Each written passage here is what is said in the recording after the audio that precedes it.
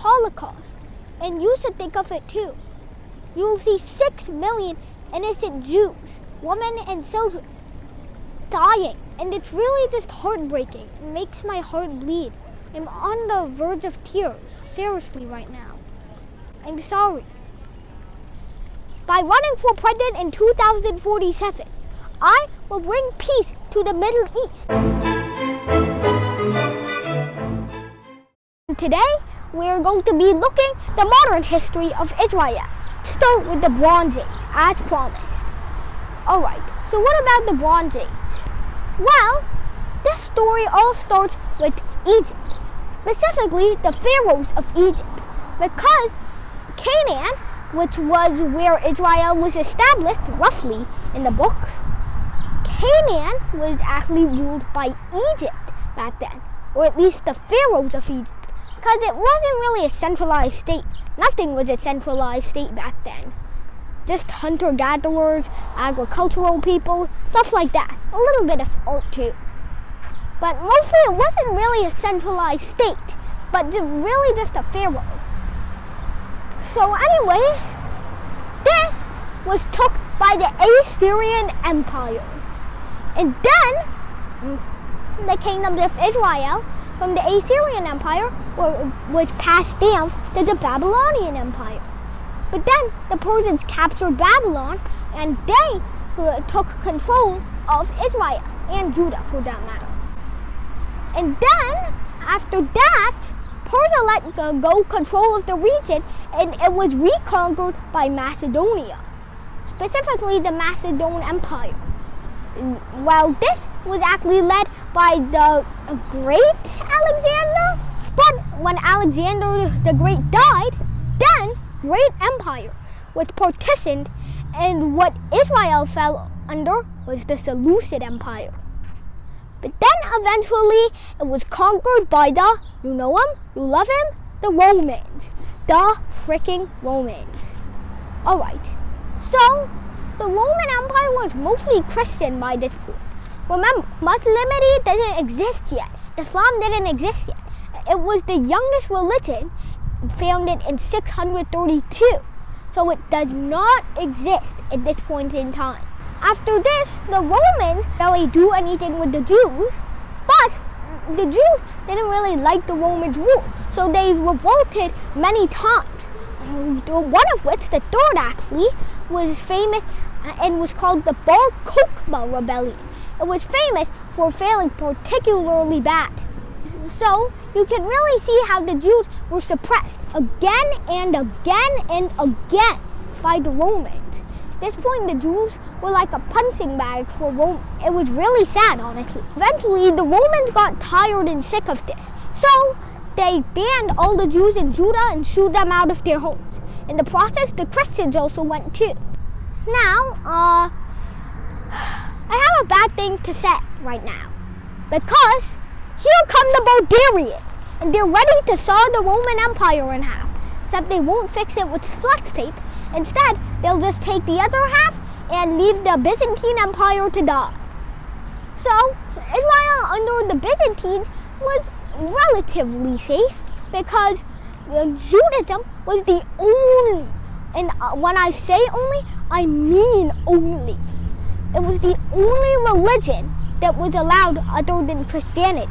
And it was pretty small too, only taking up about 10 to 15% of the population. So, Judaism certainly wasn't a major religion. And then, plus, the Jews were shooed out of Judah, only coming to rest at Galilee. Now, the year is 450, and the Jews have been fighting for a home since the age of the Babylonians. But they still don't have a home. It's not because of the Muslims, because Muhammad would be born 120 years later, and he would found Islam in 630. It was because of the Byzantine Empire. In response to the Arab loss of the Six-Day War, the Arab countries provided 3 no's. No negotiations with Israel, no recognition of the Israeli state, and no peace there until the Israelis are wiped off the face of the earth. Egypt didn't trust the Jews in its country and so they started suppressing the Jews. In response to this, Israel started to prepare to attack Egypt. And then Israel did a preliminary strike against Egypt. After that, the Yom Kippur War scared Israel off its feet. But with U.S. support, it was actually able to capture the Sinai and win. You don't see that much in wars, do you? The one who's caught off guard usually loses, but this time he won. Israel wanted peace in the region. They negotiated with Egypt. If the Sinai was given back to Egypt, would they have peace? And Egypt said yes. Then, Oslo Peace Accord, which obviously hasn't worked out yet because peace is in the name, which hasn't really been achieved yet. Oslo Peace Accord was meant to get Israel and Palestine to agree. Palestine would accept Israel as a sovereign state, and Israel would accept Palestine as its own independent, autonomous, sovereign state. But this obviously didn't work out, and in 2005 to now, two military groups have been trying to get power in the West Bank and Gaza Strip, Hamas and Fatah. So far, it looks like Hamas is winning, but who knows? It's so chaotic out there that even I can't predict. What sparked this up again recently?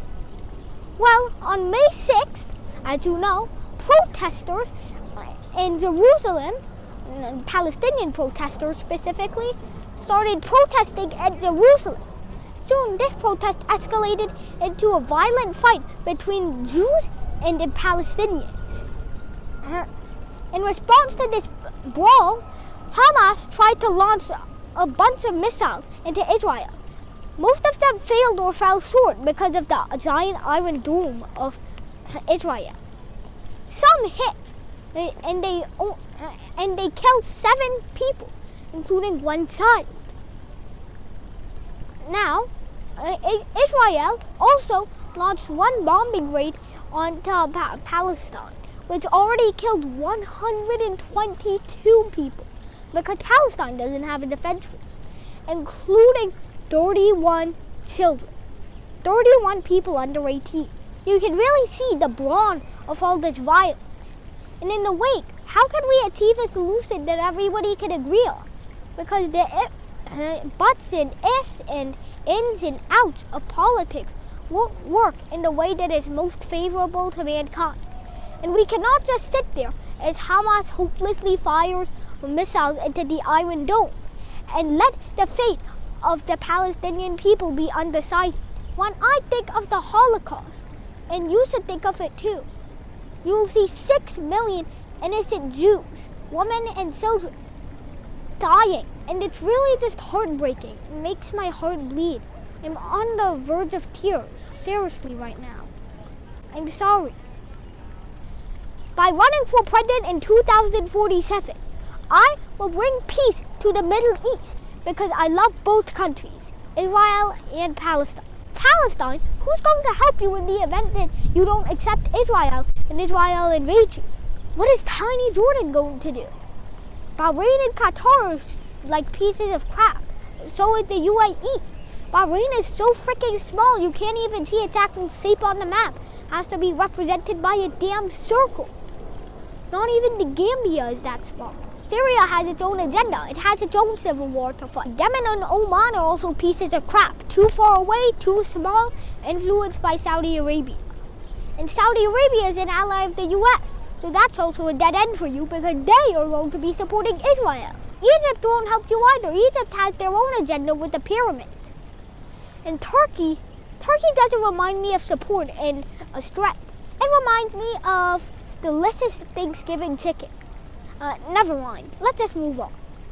Turkey is not going to rebuild the Ottoman Empire for you. So you should accept Israel's offers for peace. Just recognize Israel.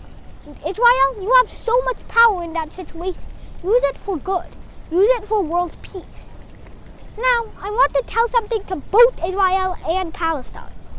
To Israel, if I go to a Gaza apartment and I draw the Star of David and recite the Torah, will you still bomb that apartment building? if I go to East Jerusalem and I draw a picture of the Palestinian flag and recite the Quran, Hamas, will you still try and bomb my apartment building? I'll leave that question up to you. Brothers in Palestine, you should pray for Israel. And to my friends in Israel, you should pray for Palestine.